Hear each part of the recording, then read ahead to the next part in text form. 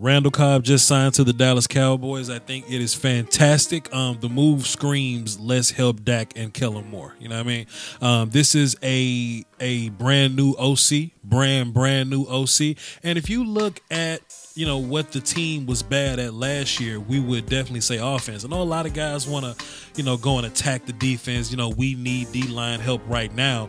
But this defense was still top tier last year. And if anybody says what was the weakness, it'll be offense, right?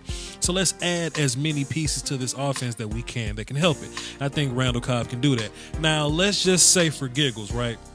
Let's just say Randall Cobb is healthy. Okay, let's talk about how he affects this depth chart and different lineups that we can run with. If I'm Kellen Moore and I just added Randall Cobb as a part of my list of trap cards and magic cards, right? What can I do?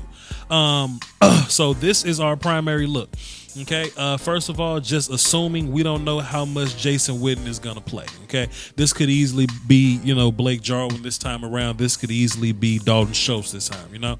So let's take this with a grain of salt. So this is basically tight end number one, but for now, let's just say Jason Witten, right? Conventional wisdom would tell you that we want Gallup and Coop on our outsides at our X's and Z's. And our slot guy mainly is going to be Randall Cobb. The type of player that he is that he's a nuanced route runner, plus he's a yak guy. If you X Jason Witten out of this right now, let's just talk wide receivers, right? Let's just take tight ends out of this. All of our wide receivers now, at least most of them, they're nuanced route runners and they're yak guys. You know what I mean? They're guys that can get these short passes and they can turn something. They can turn nothing into something, or they can, you know, take the top off of the defense, right? I know Gallup is a deep threat. I know Coop is a deep threat. Tavon Austin is one as well. We'll see what happens with Cobb there. You know, he's 28 now, I believe. It kind of weirded me out when I realized that Cobb was younger than Cole Beasley. But hey, Cobb may not always be on the field, right? We like to, you know, rotate receivers. We like to move guys around. Let's put Tavon Austin out there as well, right? You know, Tavon, assuming he's healthy as well, he can be another dangerous piece. We never really saw Tavon and Cooper work together. For real, right? You know, we saw some playoff stuff here and there, but I want healthy Tavon, okay? After a good training camp, after putting this thing together that we call continuity, right? I want us to put this thing together. I want to see Coop and Tavon on the field at the same time. I think that'll be ridiculously nasty, right? So what we got to do also with Randall Cobb is jet sweep guy, and Tavon is that as well. And in this new NFL, you know, you manipulate defense through motions, right? And you kind of need threat from jet sweep to be dangerous in the motion, right? So, you know, we got two jet sweep guys now. That kind of makes me excited. But this is what I'm looking for. This is what excites me the most. This puts the nipple on the titty, right? I want Amari Cooper playing inside. Shouts out to Cole Beasley, but Cole cannot be an outside threat. We know Randall Cobb can be an outside guy. Now, Randall Cobb is 5'10". And so he's a short guy. He's still taller than Bees, but he is a short guy. But what we know about Randall Cobb is that we know Randall can play the outside. We saw him do it. So this could be this could be pre-snap, just, hey, put Coop in the slot and just line it up like this. Or we can start with Cobb in the slot, Coop on outside. We can put Cobb in motion, right? One or two things is going to happen, right? Either the nickel corner is going to end up outside with Cobb. And since we got Zeke in the backfield, I mean, that could be a linebacker or something. That could be a safety or something. You can't play this offense like you normally play Cowboys offense or whatnot, right? Because conventional wisdom tells you stack the box and get rid of Zeke. Well, that makes sense when Beasley's on the field, because if you're a linebacker, right, you're playing the run. If run's not there, flare out to what one of two Beasley routes may be, right? Beasley's either going to run a slant or like some short, right? That's Beasley's game. We know Randall Cobb can run a gang of routes, right?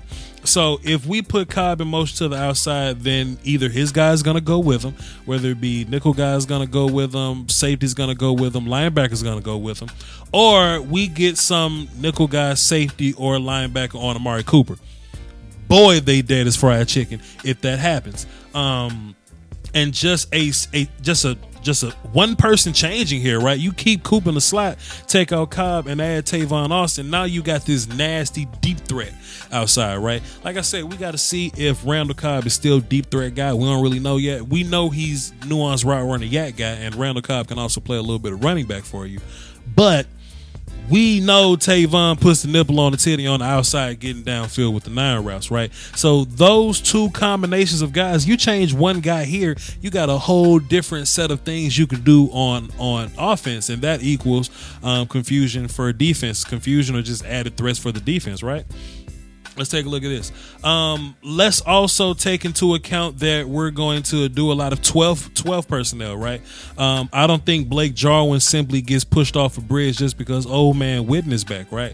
I think Jarwin still gets a lot of the snaps. Now, what I think is going to happen is I think Kellen Moore is going to do a lot of Boise State stuff in which they're going to have 2 tight ends and play high-low game.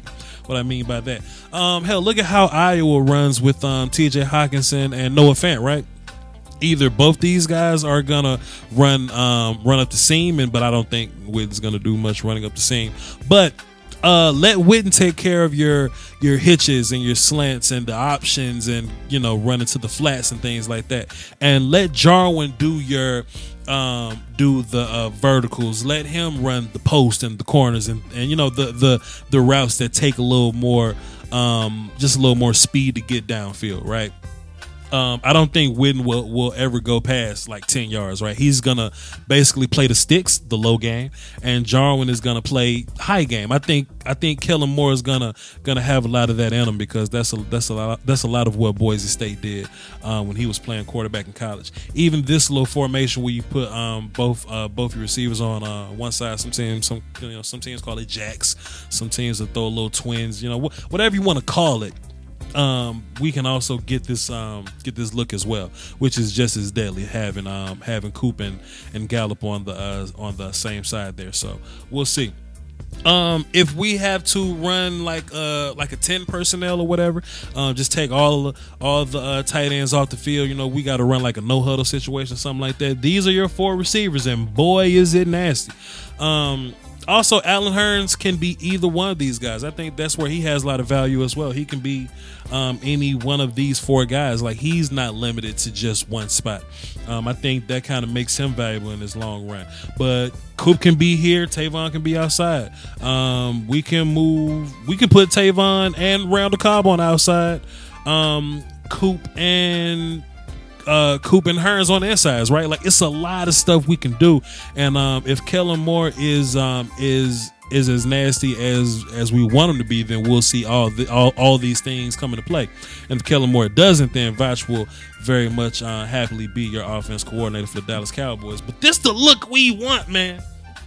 Give me that damn empty formation, that 5 receiver set with Zeke out there running the option. Put him out there. Don't even have him in the backfield. Run that thing empty backfield. Boy, oh boy, we got talent, guys. We got talent. We got speed. Hey, we love Cole Beasley. This ain't us saying we hate bees. We ain't necessarily want bees to get pushed off a bridge, but it's a thing called salary cap, and we have a business to run. You know what I'm saying? So we got to look at pros and cons of losing bees and adding Cobb. Right? I think you can put Cobb all over the place. I don't necessarily think you can put bees all over the place. You can put Cobb at running back if you want to. I've seen him do it. I've seen Green Bay do it. Cobb runs more routes than Bees. I think Bees is a better route runner, but Cobb is also a nuanced route runner in his own right. And I think once Cobb gets the ball in his hands, he can be nasty ass yak guy. So we'll see what happens there. And this is assuming, this is pre-draft when I put this out. So, I mean, we may still draft the guy. But Cowboys fans, be fully prepared to push, Lance Lenore and Noah Brown off a bridge, right? Like, let's just be ready just in case something happens. We got to be ready to push those guys off a bridge, especially if we draft the guy. Okay? These are my thoughts, man. I'm leaving the film sessions to my other Cowboy YouTubers, man. I'm going to let them have some views, man. And, since I get into a lot of X's and O's, I feel like I would give you an X's and O type of diagram, visual demonstration of what the Cowboys can do, with their receivers now that we have Randall Cobb, a piece that can play every damn where. That being said, man, if you're a Cowboys fan, say that 5 times fast. Subscribe to the channel, man. Hit the notification bell and like this so it can, be put up at the top of the other YouTube videos. I'm trying to get this thing at the top of the algorithm. So when people type in Randall Cobb, this will go to the top of it. What else are we trying to do here? Hey, take a look at my merch. Follow me on Twitter, VOCHLOMBARDI, and stay tuned for my draft coverage. All right. That being said, man, y'all hold it down for the Doski Woski. The Peasky Whiskey is free. All right. Salute.